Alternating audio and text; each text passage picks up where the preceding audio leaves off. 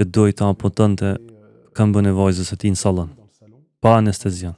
Ajo që më shtyi të shkoja në Gaza është si për të gjithë, frustrimi i pamundësisë për të ndihmuar, për të mos mundur për të qenë i detyruar të durosh këtë gërsi, këtë masakur të qetë në shtëpinë e tyre. Çfarë më dha shtytjen përfundimtare ishte video një kirurgu që doj ta amputonte këmbën e vajzës së tij në sallon, pa anestezion. Kjo video ishte e tepërt. Në kuptimin që unë ndjeva kaq i padobishëm aty ku isha. Dhe i bëra vetes këtë pyetje. Pash me vete, po sikur të isha atje të paktën mund ta kisha ndihmuar atë burr të priste këmbën e vajzës së tij. Dhe kështu video ishte shtysa kryesore, por sigurisht ka mira video tjera, mira fakte, imazhe, foto. Imazhe që një qenie njerëzore nuk do t'i shoh.